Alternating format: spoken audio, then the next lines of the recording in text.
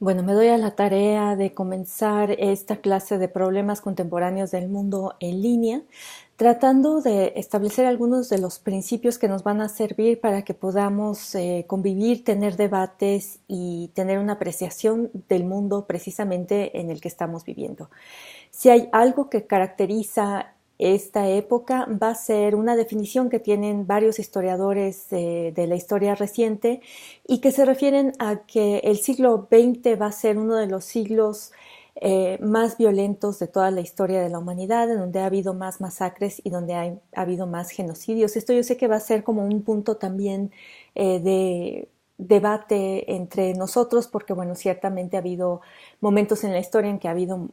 corrido muchísima sangre, pero vamos a ver por qué se dice que este es uno de los siglos más violentos de toda la historia de la humanidad. Para empezar a trabajar tendríamos que ver también que hay por lo menos 3 años que son claves para entender cuál es el mundo en el que vivimos ahora y que serían 1989, 1789 y 1648.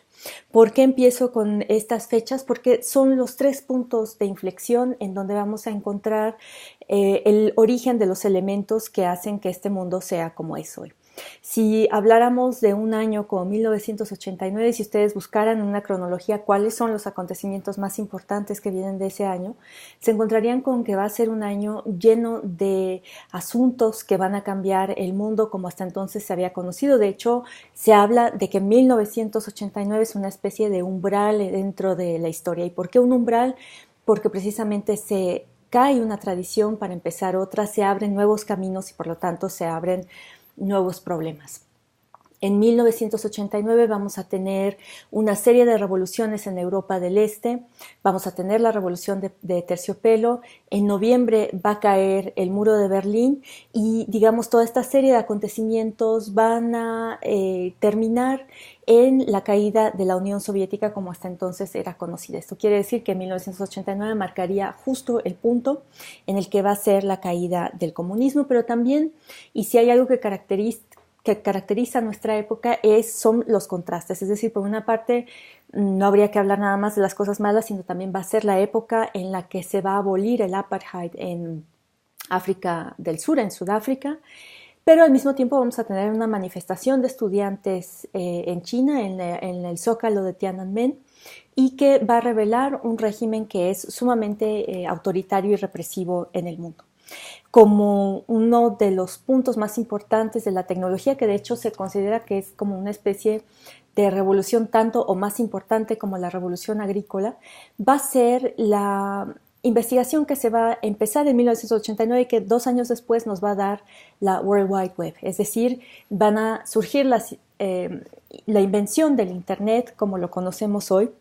y eso va a revolucionar completamente la historia de la humanidad como hasta entonces lo habíamos comprendido.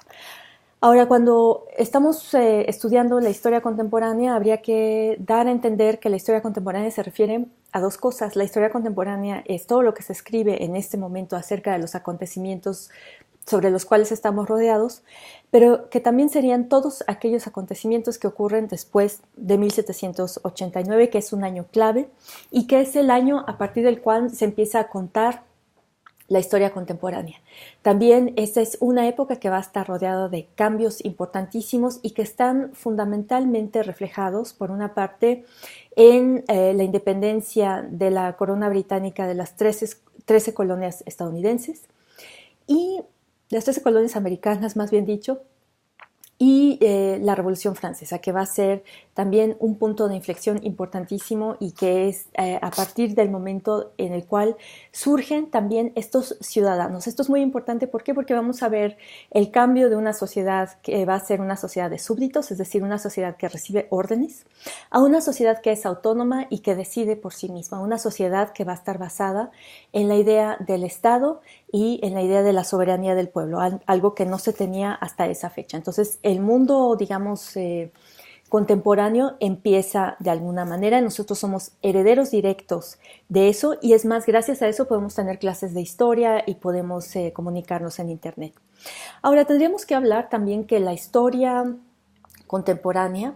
va a hablar mucho acerca de las relaciones entre estos estados que se van a formar un poco a principios del siglo XIX, finales del siglo XVIII, y que en el tiempo presente, a partir del siglo XX, tendrían dos puntos importantes de cambio. Es decir, por una parte, lo que tendríamos que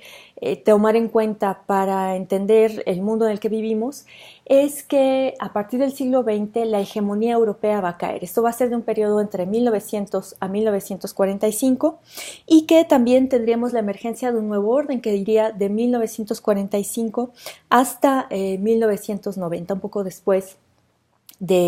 como consecuencia, digamos, de la Guerra Fría. Entonces, yo tendría que preguntarles a ustedes también, bueno, ¿ustedes cuáles creen que sean los problemas del mundo contemporáneo? En efecto, si ustedes buscan cuáles son los problemas del mundo contemporáneo, bueno, se van a encontrar con que son muchísimos, son muy diversos, que dependen de la idea que tengamos de la historia, que dependen mucho de la idea que tengamos también acerca del mundo, de la información, que tenemos, de las cosas que nos interesan, pero en lo que sí podemos coincidir es que, bueno, en estos 230 años hay muchísimo material de dónde escoger y hay muchas cosas sobre las cuales hablar acerca de estos 230 años. Otro punto de inflexión que es muy importante mencionar para comprender la época en la que estamos viviendo es que, bueno, hace poco los Estados Unidos tuvieron unas elecciones presidenciales y ganó el presidente Donald Trump. Hay que ver también la relación de cómo se van vinculando las cosas,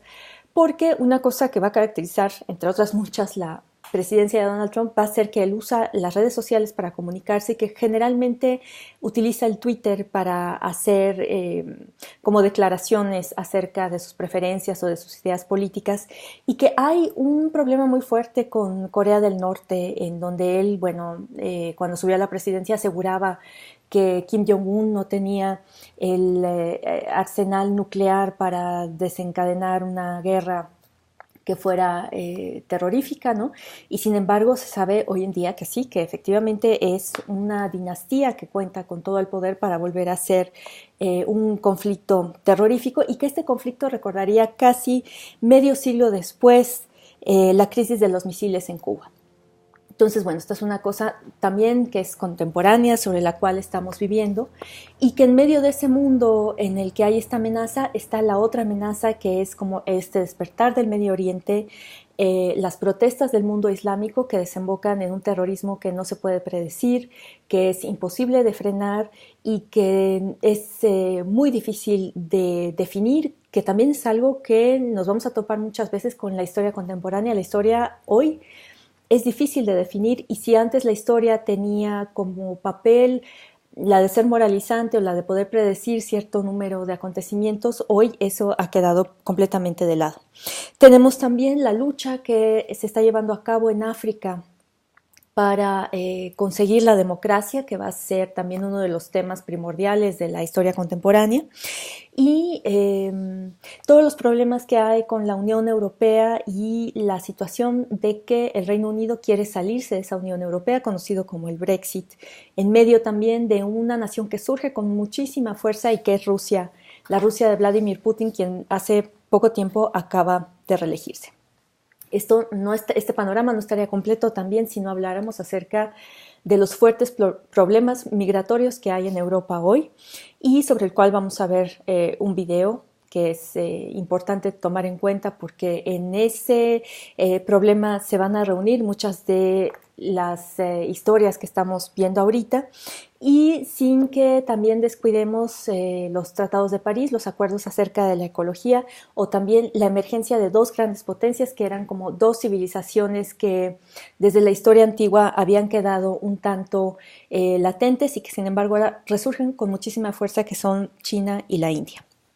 Entonces, hay algo que es muy sintomático de nuestra época, y que eso habla mucho y da mucho la pauta de cómo va a ser la historia en un siglo. Y tendríamos que ver que nosotros empezamos nuestra historia contemporánea, la historia más reciente, con los atentados del 11 de septiembre de 2001, que son unos atentados terroristas que nadie se imaginó que pudieran suceder, y que van a representar también algo nuevo en la historia, que es la debilidad de estos Estados Unidos que surgen a finales del siglo XIX y que son la gran promesa de la convivencia democrática en el mundo.